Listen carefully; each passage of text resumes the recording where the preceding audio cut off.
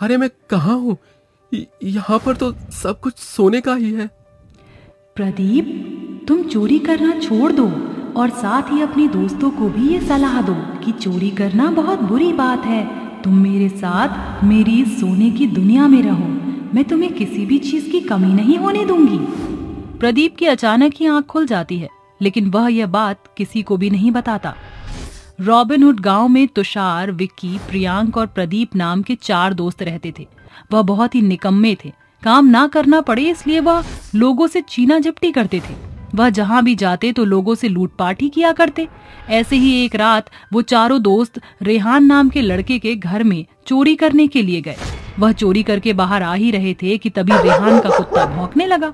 वह कुत्ता और तेज तेज भौंकने लगता है कि तभी गांव वाले उठकर रेहान के घर के सामने आ जाते हैं, जहां वह सभी गांव वाले उन 4 दोस्तों को चोरी करते हुए रंगे हाथ पकड़ लेते हैं। वो सभी गांव वाले उन 4 दोस्त को खूब मारते हैं और जब वह लोग पीट रहे थे कि तभी उनमें से प्रदीप बोलता है, अरे गांव वालों, हम तो इसलिए चोरी कर रहे थे क्योंकि अब ये दुनिया खत्म होने वाली है, ये दुनिया नष्ट हो जाएगी। अरे गांव वाले भैया, लगता है ये चारों इतना पिट गए हैं कि इनका दिमाग सठिया गया है। ये पागल हो गए हैं चारों के चारों। वरना तुम ही बताओ, अगर ये दुनिया खत्म हो जाएगी तो भी ये लोग चोरी करके ये पैसा कहाँ लेकर जाएंगे? हाँ भैया, तुम बिल्कुल सही बोल रहे हो, चलो इनको छोड़ ही दो। इतना कहकर गांव वाले उन 4 दोस्तों को वहीं मार पीट कर उनसे सारा पैसा लेकर वहां से चले जाते हैं। ये सब देख तुषार प्रदीप से बोलता है, भाई लग रहा है तेरे सर पर कुछ ज्यादा ही चोट लग गई है, तभी तू पागलों जैसी बातें कर रहा है। अब चल यहाँ से। लेकिन भाई, मुझे सपना आया था और उस सपने में मैंने एक सोने का शहर देखा है। इतना कहकर वहां से चले जाते हैं और एक जंगल के अंदर बैठकर अपनी रात गुजारने लगते हैं कि तभी प्रदीप बोलता है, अरे भाई, मैंने सुना है कि पहाड़ियों से गुजरने वाले सारे रास्ते सोने के शहर तक पहुंच जाते हैं। सोने का शहर? तू पागल है क्या? भला सोने का भी शहर होता है क्या? अरे तुषार, ये बोल रहा है तो एक बार इसकी बात मान ही लेते हैं। एक बार इसके कहने पर पहाड़ियों के रास्ते पर चल पड़ते हैं, क्या पता हमें वो सोने का गांव या शहर जो भी है मिल ही जाए। उसके बाद सभी लोग सहमत होते हैं और अपने रास्ते निकल जाते हैं। वो पहाड़ पर चलते रहते हैं जहां उन्हें एक भयानक भेड़िया दिखाई देता है और वह भेड़िया उनके पीछे पड़ जाता है। वह भागते हुए आपस में बात करते हुए प्रदीप को बोलते हैं, अरे निकम्मे कहीं के, हम तो सोने के शहर के पास निकले थे, हमें क्या पता यहाँ पर भेड़िया ही हमारे पीछे पड़ जाएगा। तूने तो सब कुछ सत्यानाश कर दिया। हाँ, तुम बिल्कुल सही बोल रहे हो, हम लोगों ने इसकी बातों में आकर बहुत बड़ी गलती कर दी। वो लोग भाग रहे थे कि तभी प्रदीप को एक चमकता हुआ रास्ता दिखाई देता है। उस रास्ते पर चकाचौंध रोशनी होती है। वह रोशनी इतनी तेज थी कि उस रोशनी को देख उन चारों की आंखों में एक नई चाह उजागर हो गई, जिसके बाद वह सभी रोशनी की तरफ भागने लगते हैं।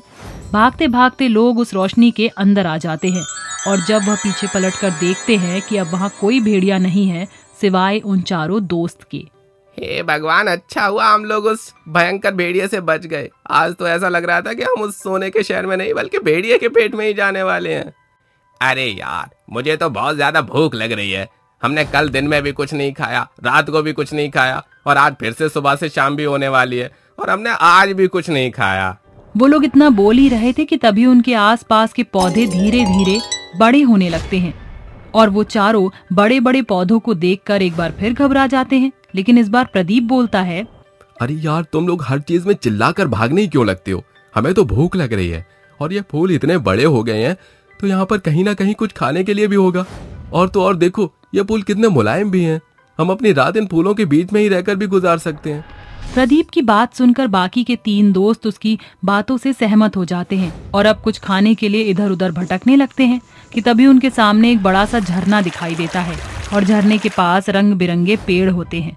उस पेड़ के ऊपर तरह तरह के खाने थे। ये देखकर विक्की बोलता है, यारो, हम ये कैसी अजीबोगरीब दुनिया में आ गए हैं। पहले तो यहाँ पर भयानक सा भेड़िया था, उसके बाद एक शेरनी आई। उस शेरनी के अंदर जैसे ही हम आए कि यहाँ पर छोटे पौधे से लेकर फूलों तक इतने बड़े हो गए कि उसके सामने हम एक चींटी के समान दिखाई दे रहे हैं और अब इस झरने के पास इस पेड़ों के ऊपर इस तरह के पकवान दिखाई दे रहे हैं। आखिर ये कैसी दुनिया है? तुम लोग आपस में बात करते रहो, मुझे तो बहुत ज्यादा भूख लग रही है और अगर तुम्हें मेरी बातों पर विश्वास नहीं है कि सोने की दुनिया भी है तो तुम यहाँ से वापस जा सकते हो। इतना कहकर प्रदीप उस पेड़ के ऊपर चला जाता है और पेड़ से तरह तरह के पकवान तोड़कर नीचे गिरा देता है, जिसके बाद वह चारों लोग मिलकर खाने लगते हैं। खाने के बाद वह अपनी रात फूलों के अंदर बिताने लगते हैं। थोड़ी देर बाद सुबह हो जाती है और वह चारों उन फूलों में से निकलकर अपने रास्ते चल देते हैं। थोड़ी दूर जाने के बाद उन्हें एक सोने के जैसी चमकती हुई रोशनी दिखाई देती है।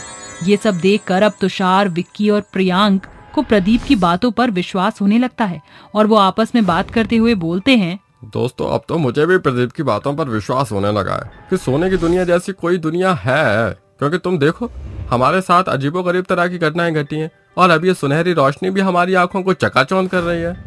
हाँ प्रियांक, तू सही बोल रहा है, मुझे भी अब ऐसा ही लग रहा है।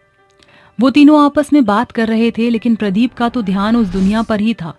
वह खुशी से चिल्लाते हुए उस रोशनी का पीछा करते करते एक सुनहरे शहर में जा पहुंचता है और उसका पीछा करते करते उसके बाकी के 3 दोस्त भी उस सुनहरे शहर में पहुंच जाते हैं, जहां वह देखते हैं कि वहां पर हर एक चीज सोने की है। देखा दोस्तों, मैंने कहा था ना कि सोने का शहर होता है। देखो आज हम सोने के शहर के अंदर हैं। तुम लोगों ने मुझे कितना बोला, लेकिन मैं अपने दृढ़ निश्चय पर टिका रहा और आज देखो मेरी वजह से तुम सभी सोने की दुनिया में हो। अब भाई मुझे माफ कर दे, मैंने तुझ पर विश्वास नहीं किया था और अब हमें तेरी हर उस बात पर विश्वास होगा जो तू बोलेगा। वह सभी आपस में बात कर ही रहे थे कि तभी वहां पर एक परी आ जाती है और उनसे बोलती है, मैंने ही तुम सबको यहाँ पर बुलाया है। मैं ही प्रदीप के सपने में आया करती और उसे सपनों में आकर यहाँ पर बुलाया करती थी। मैंने तुम्हें यहाँ इसलिए बुलाया क्योंकि तुम लोग बहुत ही ज्यादा चोरी कर रहे थे। तुम्हें मेहनत का मोल नहीं पता था, इसलिए मैं तुम्हें मेहनत करना सिखा रही थी। परी की ये बात सुनकर अब सभी को ये पता चल जाता है कि वो परी उन्हें मेहनत करना सिखा रही थी। इस तरह अब उन्हें समझ आ गया कि मेहनत ही जीवन का असली मोल होता है। सभी लोग अब सोने के शहर में रहने लगे और मेहनत करके अपना जीवन गुजारने लगे।